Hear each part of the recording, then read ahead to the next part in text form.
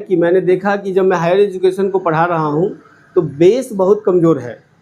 Base 9 के बराबर मैं देख रहा हूँ, वहाँ पे बहुत दिक्कत हो रहा है। क्योंकि जब तक फाउंडेशन जो तैयार होता है वो 10th से नीचे का होता है। अब 10th से नीचे के फाउंडेशन अगर तैयार नहीं है तो आप समझिए कि आपका इमारत बनेगा ही नहीं। नींव मजबूत रहेगा तभी इमारत अच्छा होगा। नींव ही कमज़ोर है। मैं इसी उद्देश्य से 6 to 10th क्लास डालने का मेरा पर्पस था और हमने एक टीम बनाया है। उस टीम के आधार से इस कोचिंग को आगे बढ़ाएंगे। एक बात और हम आप लोगों से शेयर करना चाहते हैं, जितने भी पेरेंटगण हैं, अक्सर पेरेंट ये बात कहते हैं कि मेरे पास वक्त नहीं मिलता है बच्चों को ट्रीट करने का। ये सबसे बड़ा दुर्भाग्य की बात है। अगर कितनों आप कमाते हैं या कितना भी बिजी शेड्यूल में हैं, आधा घंटा समय अगर आप अपने बच्चों को नहीं दे पा रहे हैं तो फिर बच्चे को जन्म देने का आपका कोई अधिकार नहीं बनता है। बहुत क्लियर बात है। क्योंकि अगर आप माता पिता अगर बच्चों को समय नहीं देगा, और बेसिक एजुकेशन माँ बाप से ही मिलता है। अगर माता पिता बेसिक एजुकेशन नहीं दे पाएगा, नैतिक शिक्षा का जो ओरिजिन है वो माता पिता फाउंडेशन घर से ही है। अगर नैतिक शिक्षा नहीं दे पाइएगा तो फिर वो बच्चा से आप उम्मीद नहीं कीजिए कि फ्यूचर में वो अच्छा नागरिक बन पाएगा। अच्छा जॉब होल्डर बन जाए, कंपनी में करोड़ों कमा लेगा, लेकिन अच्छा नागरिक बनने के लिए शिक्षा में तारतम्यता होना चाहिए और शिक्षा के अंदर जो एथिकल मोरल वैल्यूज़ है उसका होना बहुत ज़रूरी है। मैं इसी पर्पस से इन सभी चीज़ों को ध्यान में रख के मेरा उद्देश्य है कि मैं अपने कोचिंग को उसी फील्ड में ले जाना चाहता हूं। हम सामान्य से अलग हट के काम करने का मेरा प्रयास है, ताकि लोग एक अलग विचार से हमें देखें, अलग अलग नज़रिए से देखें। व्यक्ति का अपना जो प्रॉपर्टी होता है वो भौतिक प्रॉपर्टी नहीं होता है।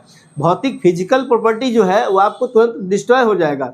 एजुकेशन में जो क्वालिटी है आपका, जो आपका व्यक्ति का पहचान है, वो आपकी ऐसी प्रॉपर्टी है जो कभी समाप्त नहीं होगी। हमारा उद्देश्य रहा है इसी पे फोकस करने का। अब हम थोड़ा सा आप लोगों को हमारे ओपनिंग समारोह में जो व्यक्ति आए हैं, कुछ टीचरगण हैं, मैं उन लोगों से कुछ शिक्षा के संदर्भ में बात करूंगा। क्योंकि वो लोग शिक्षक हैं स्कूलों में और उनका अपना अनुभव है, तो मैं प्रयास करूंगा कि उनसे उनका अनुभव जाने कि शिक्षा में कौन कौन सी तकनीकी व्यवहारिक कमजोरी आ रही है। तो सबसे पहले चैनपुरा स्कूल के टीचर हैं प्रशांत सर, मैं उनसे पूछूंगा कि क्या क्या प्रॉब्लम व्यवहारिक है, बताइए। ये प्रशांत विभूति सर हैं और ये चैनपुरा स्कूल में शिक्षक हैं। सर ये बताइए आप कि आप लोग व्यवहारिक तौर पे कब ज्वाइन किए हैं?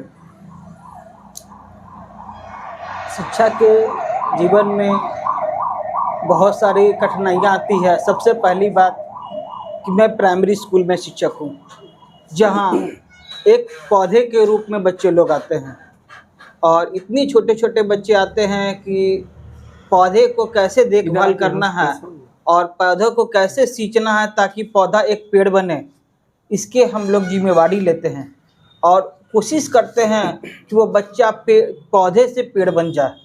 और पौधे से पेड़ बनने के लिए एक शिक्षक को कितनी मेहनत करनी पड़ती है। जिस तरह से पौधों को हम लोग निकाई, गुड़ाई, सिंचाई, खाद, बीज सारी चीज़ करते हैं, उसी तरह से हम उस बच्चे को भी कुछ थोड़ा दंड भी देते हैं, कुछ सिखाते हैं, कुछ समझाते हैं, कुछ उसको कुछ काटते हैं ताकि बच्चा अपने जीवन में आगे बढ़े।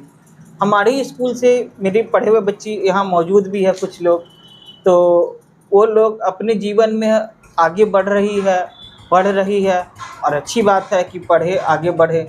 तो बेसिक शिक्षा यहाँ इन्होंने खोला है 6 to 10, तो ये सबसे इम्पोर्टेंट है अभी के समय में। 6 to 10 बेहद इम्पोर्टेंट है क्योंकि लाइफ उसी पर टिका हुआ है।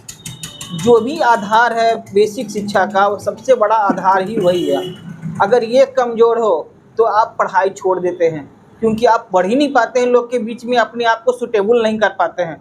लोग को लगता है कि बाप रे वो उतना तेज है, उसके पीछे समझ में तो हम तो कुछ भी नहीं है। लेकिन नहीं, अगर आप अपना बेस मजबूत रखोगे तो कभी भी आपको हीन भावना की सामना नहीं करना पड़ेगा। आपको भी लगेगा कि हम भी कुछ हैं, कुछ नहीं तो कुछ तो है। उसी कुछ में ही आप आगे बढ़ेंगे और आगे बढ़ेंगे तो जीवन आपके पास में बुलंदियाँ आएगी। कोई आपके पास नहीं जाएगा, सीढ़ी लगाना नहीं पड़ेगा, बल्कि आप खुद सीढ़ी बन जाओगे ऊपर पहुंचने का। और जब सीढ़ी बन जाओगे तो आपके माता पिता भी खुश परिवार भी खुश और दुनिया भी खुश। बस यही कहना चाहेंगे। अच्छा सर, प्राइमरी स्टूडेंट को शिक्षा देने में क्या क्या व्यवहारिक समस्याएं हैं आपके नज़र में? समस्या तो सर बहुत है। सबसे पहली समस्या है गरीबी, जो कि गांव के लोग में, शहर के लोग के में हम नहीं कह सकते हैं। इसलिए नहीं कह सकते हैं क्योंकि हम शहरी जीवन को नहीं पढ़ाते हैं। हम गांव समाज में पढ़ाने वाले शिक्षक हैं, तो गांव समाज में गरीबी एक बहुत बड़ी मुद्दा है, जहां लोग 2 वक्त की रोटी की अपनी खोजने के लिए लोग बाहर चले जाते हैं। तो लोग बच्चों पे ध्यान नहीं दे पाते हैं कि बच्चा हमारा पढ़ रहा है कि नहीं पढ़ रहा। वो अपने जीवन में, जैसे यहाँ पूजा कुमारी है, इसी के पापा बाहर चले जाते हैं अमृतसर, तो यहाँ इसकी माँ घर पे बचती है, तो माँ भी पढ़ी लिखी हुई नहीं है, तो वो क्या आगे बढ़ाएंगे अपने बच्चों को, क्योंकि पिताजी तो है नहीं, तो देखने वाले कोई है नहीं। तो इसी तरह से एक ऑप्शन हुआ कि वो क्या परिस्थिति है गांव के समाज में समस्या। तो सबसे बड़ी समस्या है गरीबी। तो गरीबी की वजह से बहुत सारे बच्चे ऐसे होते हैं जो अच्छी शिक्षा नहीं ले पाते हैं। वो या तो पिताजी गए भट्टा पे काम करने, तो वहाँ भट्टा पे खाना पहुँचाने चला गया, या गाय भैंसी है तो गाय भैंसी चराने चला गया। तो इसी तरह की बहुत सारी समस्या के कारण प्राथमिक शिक्षा में गरीबी के कारण बच्चे लोग आगे नहीं बढ़ पाते। ये तो सामाजिक व्यवहारिक समस्या हो गई। अब एक समस्या ये बताइए, जो सरकार की तरफ से क्या पॉजिटिव कदम उठाना चाहिए? सरकार की तरफ से तो कहा जाए तो अच्छाई के लिए उन्होंने मिड डे मील योजना लागू किया है, लेकिन उस मिड डे मील का बहुत सारा दुष्प्रभाव भी है। कई सारे बच्चे, जैसे हमने अभी कहा गरीबी, उसी गरीबी के कारण बहुत सारे बच्चे स्कूलों में खाना खाने के लिए पहुंच जाते हैं, पढ़ने के लिए नहीं पहुंचते हैं।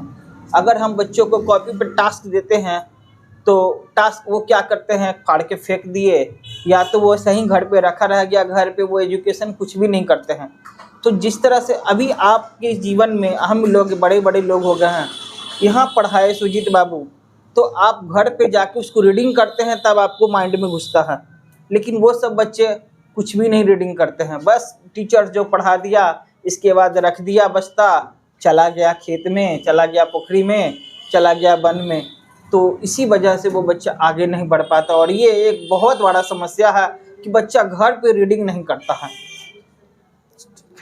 थैंक यू, आपसे बात करने के लिए बहुत बहुत धन्यवाद।